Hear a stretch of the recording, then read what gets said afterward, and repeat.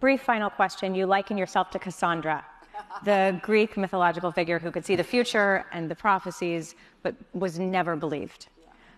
Putting that Cassandra hat on for the moment, but we're listening. What is something you see happening in the near future that we should be taking more seriously? Well, I do think that the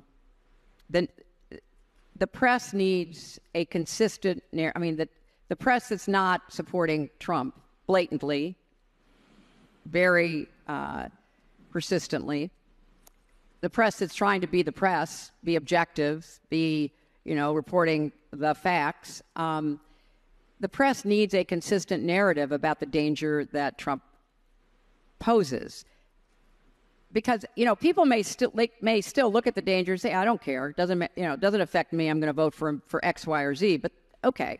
But at least people need to be woken up and given the facts about what he has done, is saying, and would do.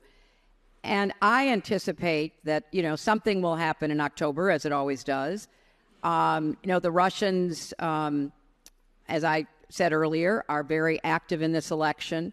We know the Iranians are active as well. Chinese uses TikTok, or they certainly did against Biden and for Trump. I think they're a little less pro-Trump right now.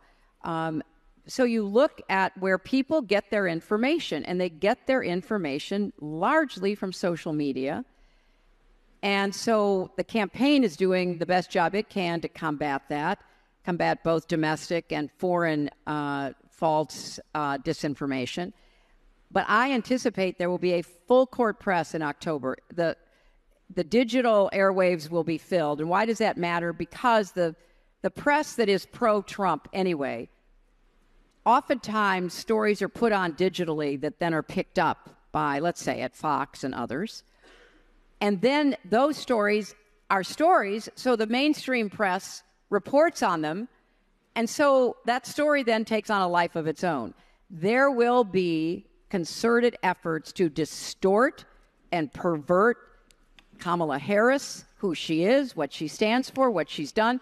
The crazy story about me running a child trafficking operation out of a basement of a pizzeria, don't laugh. It was a huge story. And it got one young man in North Carolina to get in his car with his, assault rifle and drive up to liberate these non-existent children and shoot up a pizzeria in Washington, D.C. This is dangerous stuff.